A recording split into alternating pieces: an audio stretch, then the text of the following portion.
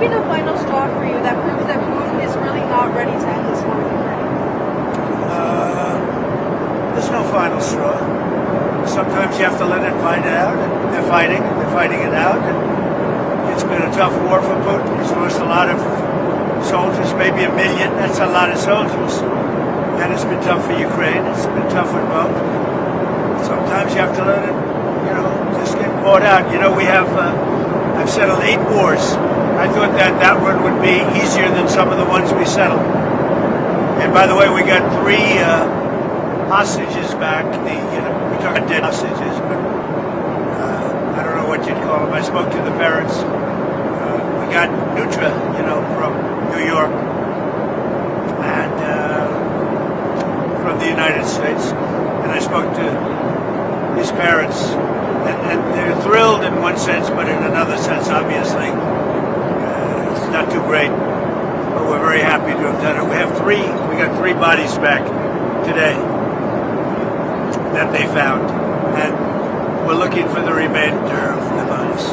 Are you going to go to the Supreme Court on Wednesday? What? Are you going to go to the Supreme Court for the tariffs? No, I think it's the most important decision, one of the most important decisions in the history of our country. Because without tariffs, without our being able to use tariffs freely, openly, and in every way, we would suffer tremendously from a national security standpoint. The national security of our country is at stake. It's I think it's one of the biggest decisions in the history of the Supreme Court. Other countries use tariffs against us. If we weren't able to openly and freely use tariffs against them, I'll give you an example. China. That was going to be a disaster for the world, and I was able to settle it very quickly, very easily, because I was able to use tariffs. It's total national security. And economic health is also part of national security, by the way. But without tariffs, our country would be in great jeopardy. So will you attend the oral arguments at No, I don't think so, because I don't want to call a lot of attention to me. It's not about me, it's about our country. I'll be going to Miami. I'm going to make a speech in front of a large group of people in Miami, and said, I wanted to go so badly. I just don't want to do anything to deflect the importance of that decision. If we don't have tariffs, we don't have national security. And the rest of the world would laugh at us, because they've used tariffs against us for years and took advantage of us. And you see what's happened. We've become wealthy. Our stock market hit a record high on Friday. A record high. It's hit 48 record highs during my term. And a large part of that's because of tariffs and our good trade deals. Without that, you couldn't make a good trade deal. And we were subject to being abused by a lot of other countries.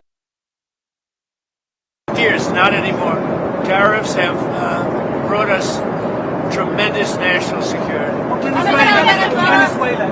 Is there a deadline for Venezuela to act against these alleged drug gangs before they face? I don't ever set deadlines. I do what I do, but I don't set whether it's Venezuela or anything else. I don't set deadlines. You said that it's not true that you've made a decision on striking in Venezuela. Are there actual plans for those strikes in the near future? Well, how can I answer a question like that? Are there plans for a strike on Venezuela? Who would say that? Supposing there were, would I say that to you? We have very secret plans. Who would say that?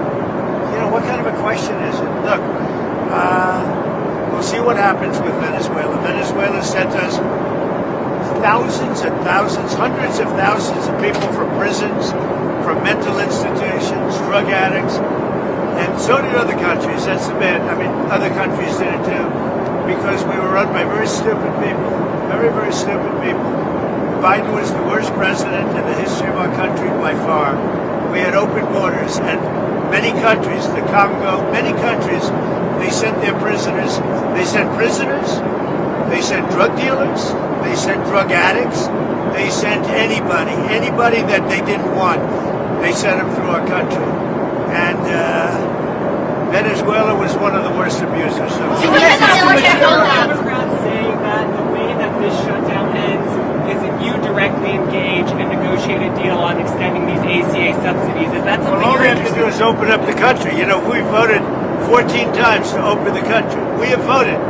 14 times to open the country, and they vote to keep it closed. All they have to do is vote to open the country, and we only need 5 Democrats. They have a lot of Democrats. We only need 5. But the Republicans have voted 14 times to open the country. You directed your lawyers on Snap. You directed your lawyers on Snap benefits. You put out that True Social post on Friday, directing your lawyers to look into whether or not you can move around funds. What did they get back to you to find out if you can pay it's a much easier situation than that. If they vote to open the country, it's open up immediately. We don't even have to think about that. Mr. President, I wanted to ask about. Prince Andrew in the UK has had his royal titles stripped away because of the Epstein scandal. I know you're close to the royal family there. Do you have any thoughts on? I feel very badly. I mean, it's a terrible thing that's happened to the family. That's been a tragic situation, and it's too bad. I mean, I feel badly for the family. Are you still planning to speak with Jensen Huang? Have you spoken with him after your talk? Jensen Huang of Nvidia, the CEO of Nvidia? Yeah, I've spoken to him. What about it? So are you planning to meet with him? You said when you were... I meet with... look, he's one of the great geniuses of our time. His chips are 10 years ahead of anybody else's. And, you know, I meet with him all the time. It's a great American company. It's now the biggest company in the world. So what would you like to know? I mean, Nvidia is really just a brilliant company. The chips are 10 years. The new Blackwell that just came out, it's 10 years ahead of every other chip. But there's nothing to meet with other than say, congratulations. But no, we don't give that chip to other people. Are you meeting with the Syrian president? We don't give that chip to other people. Are you meeting with the Syrian president at the White House? Or did you invite him? The Syrian president? The Syrian president? He may be coming. I don't know. I mean, he's working very hard. We took sanctions off of Syria to give them a chance at survival. And I hear he's doing a very good job. Thank you very much, everybody. I'm going to try and watch 60 Minutes, but I may be delayed. Let's see if they treat me better than they treat other people. Although, I do say this, they treated Kamala very well. Are you going to watch it? In fact, they changed their answers. You're going to watch it again, Mr. President? I will try, but we may land just as it starts, right? It's very split second. But thank goodness for TiVo, or something thereof, right?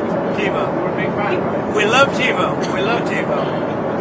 One of my favorite, one of the greatest inventions in history. Have a good time. Thank you.